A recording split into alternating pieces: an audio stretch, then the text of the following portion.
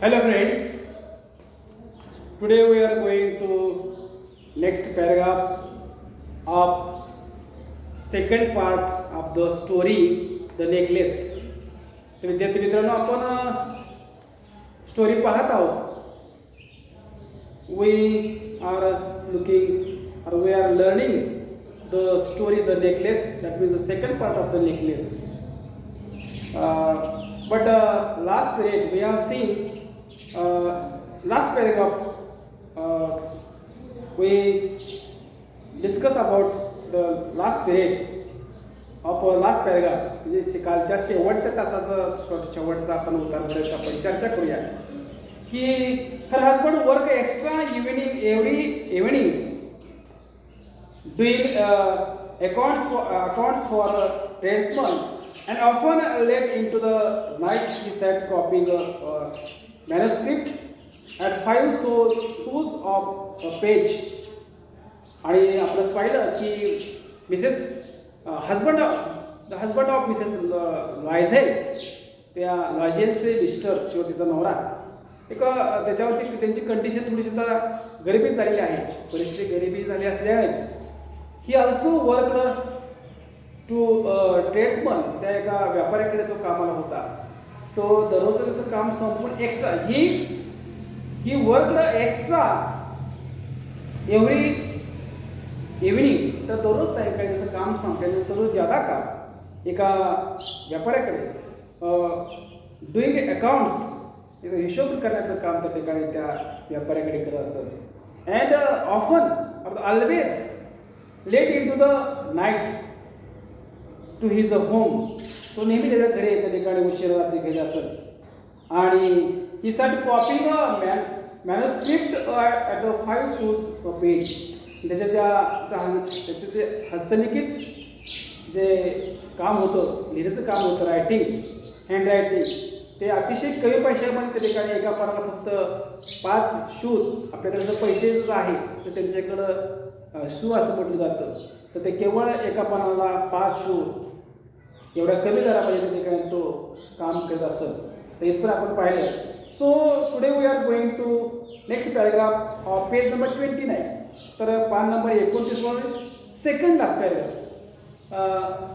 Paragraph of page number 29 वर बघा.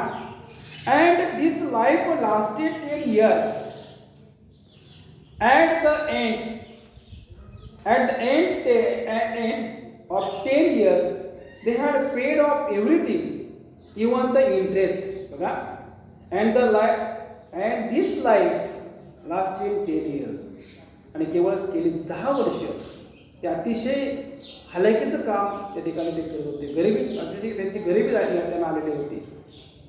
And at the end of 10 years, आणि शेवटी 10 वर्षाच्या शेवटी they had paid of everything even the interest, आणि त्यांना त्यांच्यातील लोन आलेलं घेतलेलं त्यांनी होतं.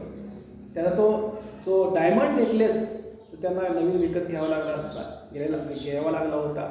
त्याचं जे लोन काढलं होतं ते पूर्ण लोन ॲज वेल एज इंटरेस्ट, त्याचं जे संपूर्ण कर्ज आणि त्याचं जे काय व्याज होतं ते संपूर्ण जवळजवळ फेडण्यासाठी त्यांना 10 वर्ष गेली.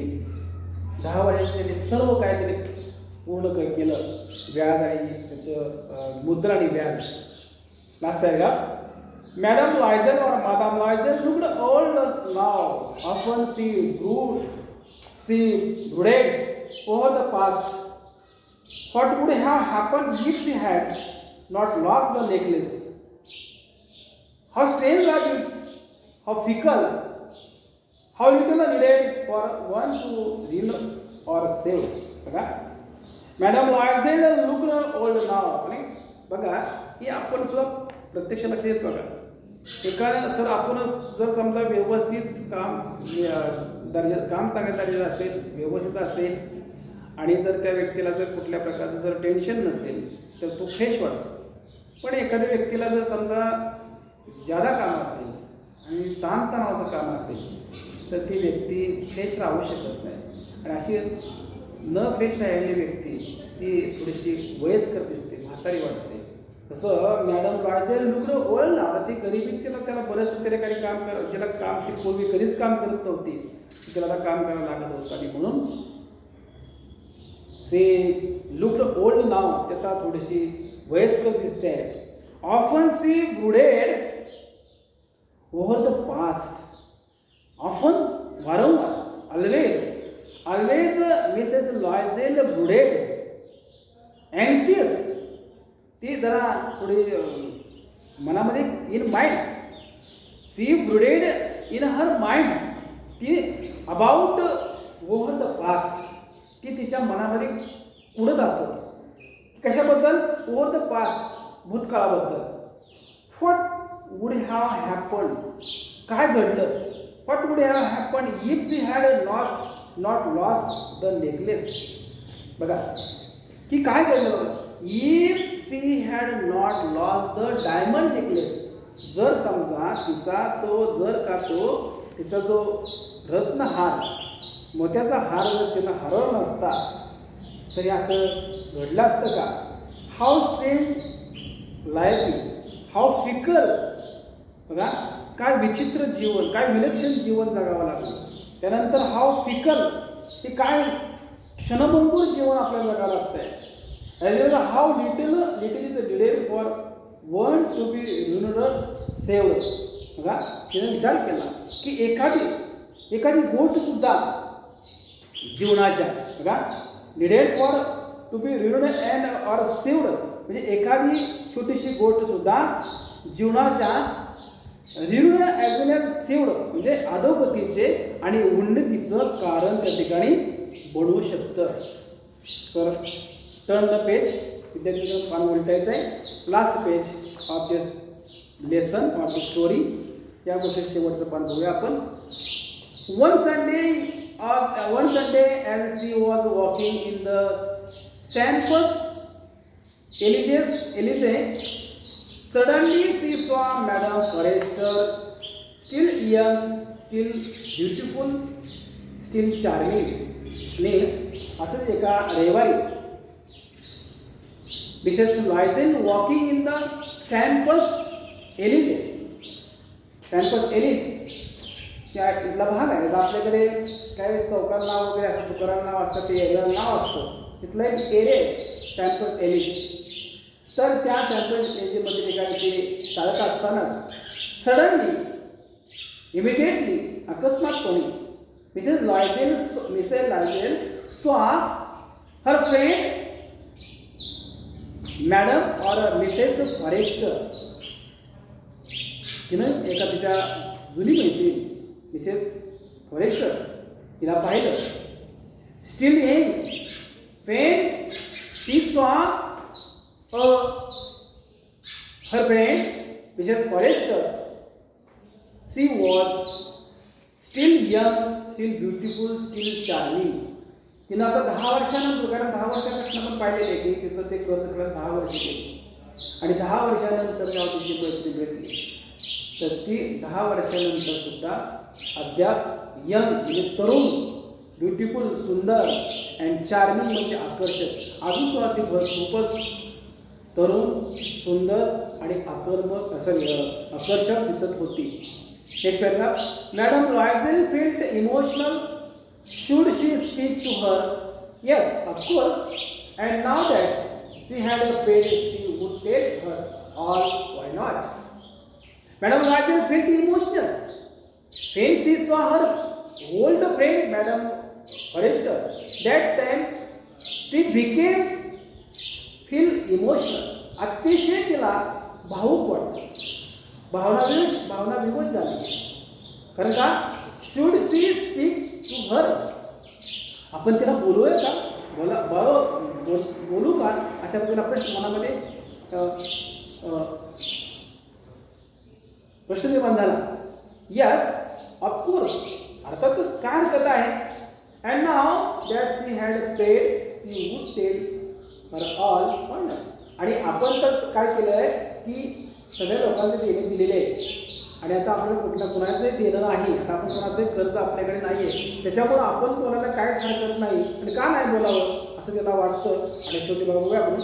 शी वेंट अप टू हर, आणि मग ती त्याच्याकडे गेली and says, good morning Zinni. And the name of Mrs Forester is a Ginny, किंवा तिची मैत्रीण असल्यामुळे तिला ते टोपण नाव असेल, पण ती लगेच म्हणते की गुड मॉर्निंग जिनी. असं कोण म्हणतं, तर Mrs Loisel said to her friend Mrs Forester good morning Ginny. तर ते मिसेस फॉरेस्टर म्हणजे श्रीमती फॉरेस्टर या तिच्या जुन्या मैत्रिणीला श्रीमती लॉयझेल शुभ सकाळ जिनी असं म्हणते. The author acknowledged to be addressed to so familiarly by this common woman did not recognize her. She stammered. आणि when she good morning Ginny that Mrs. Forrester surprised त्या आश्चर्यचकित झाल्या. आणि astonished means surprised, amazed, ठीक आहे ना. तर म्हणजे आश्चर्यचकित. तर त्या एका अनोळखी व्यक्तीचं एक सर्वसामान्य कॉमन वुमन, तिथं सर्वसामान्य महिला, सर्वसामान्य बाई, एक आपल्याला सर्वसामान्य बाई आपल्याला हाक मारून आपलं नाव घेऊन हाक मारते. आणि त्यामुळं ती त्याला ओळखलं नाही. She did not recognise her, she stammered. आणि मग तिला ते आपल्याला कोण हाक मारतंय तर तिने त्याला ती ओळखलं नाही. But madam I don't no, कारण ती तिला म्हटली असणार की मी तुला ओळखत नाही, कोण आहेस तू एक सर्वसामान्य महिला आहेस आणि मी तुला ओळखत नाही. That time madam I don't know, you must have made a mistake. तर ते लगेच मिसेस फॉरेस्टर म्हणाले की मॅडम मी तुम्हाला काय ओळखलं नाही. आय डोंट नो, मी तुला ओळखत नाही. You must have made a mistake, तुम्ही काहीतरी चूक करत आहात. No, I am Mathilde Loisel. When Mrs Forester explain about her friend, तिच्या मैत्रिणीबद्दल जेव्हा ती स्पष्टीकरण करतात की I don't know, you must have make a mistake असं जेव्हा म्हणतात, that time Mrs Mathilde said to Ginny or the Mrs. Forrester, no, I am Mathilda Loisel. अहो नाही, मी कोण आहे, मॅथेल्डा लॉयझेल आहे. Her friend uttered a cry, oh my poor Mathilda, how you are changed. तेव्हा ती म्हणते अगं काय मॅथेल्डा, काय केलं तू, किती बदल झालेला आहे, तू कशी दिसते आहेस. Yes, I have had some hard times since I last saw you, and many miseries, and all because of you. ती म्हणते, श्रीमती मॅथेल्डा म्हणते की यस, हो बरोबर आहे. I have had some hard times since I last saw you. हो, तुला पाठीमागं पाहिल्यापासून आम्हाला खूप अतिशय कठीण प्रसंगातून जावं लागलेलं होतं. अँड मेनी मिझरीज म्हणजे बरेचसे आम्हाला खूपच त्या ठिकाणी त्रास हाल सोसावा लागला. आणि तोही असं म्हणते थांबते आणि ऑल बिकॉज ऑफ यू. आणि हा सगळा त्रास किंवा हाल अपेक्षा जे आम्हाला सोसावे लागल्या ते केवळ बिकॉज ऑफ यू, केवळ तुझ्यामुळे आम्हाला सगळे सोसावे लागले. मी, how can that be. She asked question, माझ्यामुळं, आणि हाऊ कॅन दॅट बी, तर माझ्यामुळं कसं शक्य आहे ते. You remember that diamond necklace that you lent me to wear to the ministry party. अगं जिनी, तुला माहिती आहे का की यू रिमेंबर, तुला आठवते का की दॅट डायमंड नेकलेस, तुझा तो रत्नहार की यू लेंट मी, की तू तुम्हाला दिलेला होतास कशासाठी, to wear to the ministry party, की त्या मंत्रालयातील मेजवानीसाठी तू मला तुझा रत्नहार घालण्यासाठी, परिधान करण्यासाठी दिला होता. तुला आठवते का.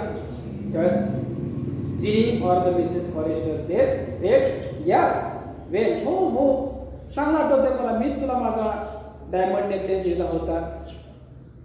वेल, आय लॉस्ट इट, मग तो माझ्याकडून तो हरवला. Your diamond necklace lost me, तर तू काय करा, मी हरवला.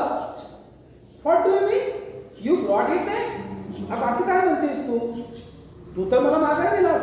You brought it back. आपण पाठीमागे बोलतो ब्रिंगचं भूतकाळ ब्रॉट, म्हणजे ब्रिंग म्हणजे आणणे आणि ब्रॉट म्हणजे आणला, आणले, आणले. You brought or that means you give me back. काकू तू परत मला माघार दिलास. I brought you back another exactly like it and it has taken us 10 years to pay for it. It wasn't easy for us. We had a very little, but at last it is over and I am very glad. बघा explain Mrs Mathilde or madam एक Loisel explain the new diamond necklace. त्या नवीन रत्नहाराबद्दल ती स्पष्टीकरण करते. काय? I brought you back another exactly like your diamond necklace.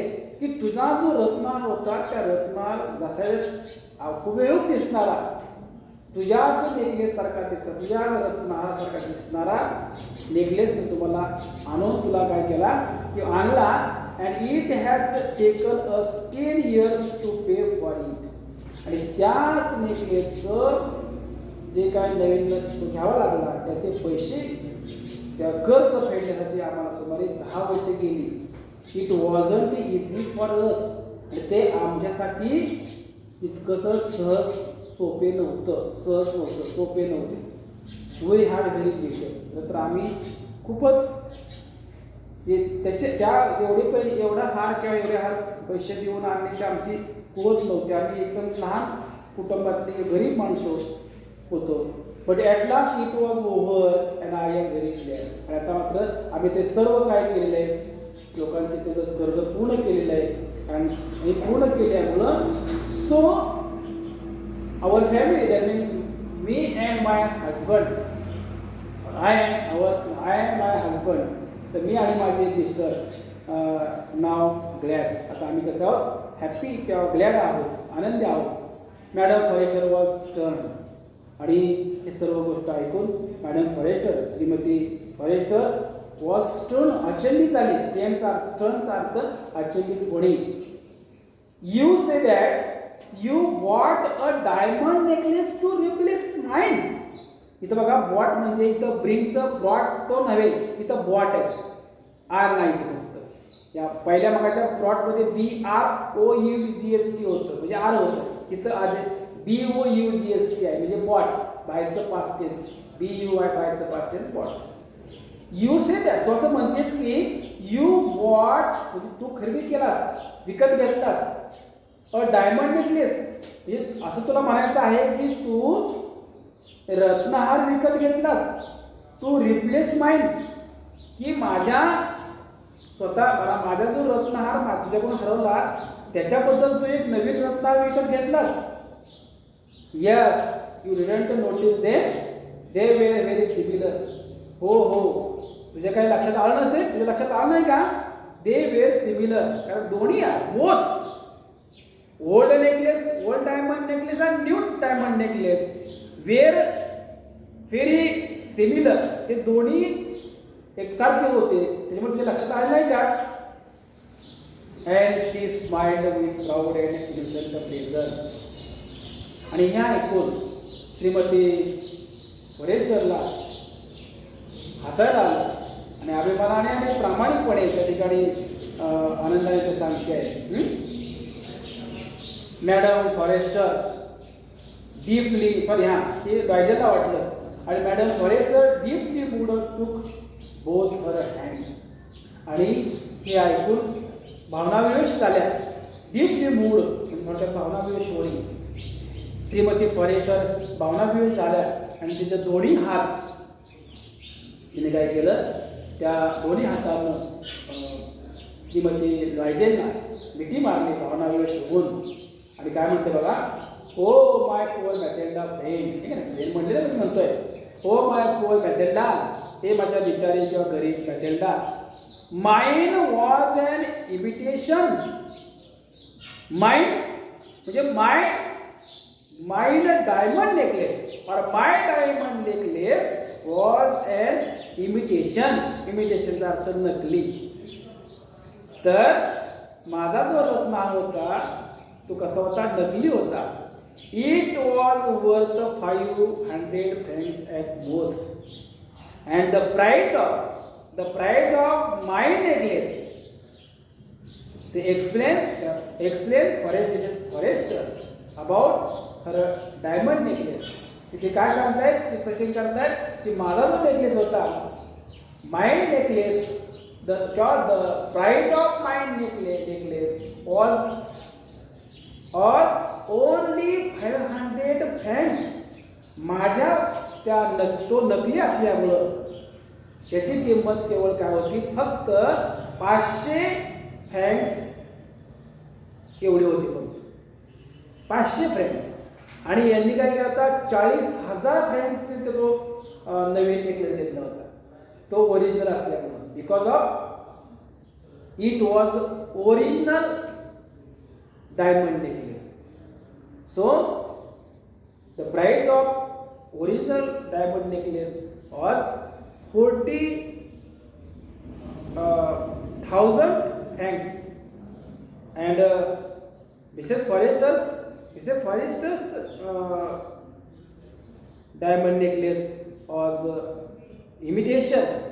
So its price of that necklace only 500 francs. आणि केवळ त्याची काय होते, फक्त 500 रुपये त्याची फक्त फ्रँक्स एवढी किंमत, 500 फ्रँक्स एवढी त्याची किंमत होती.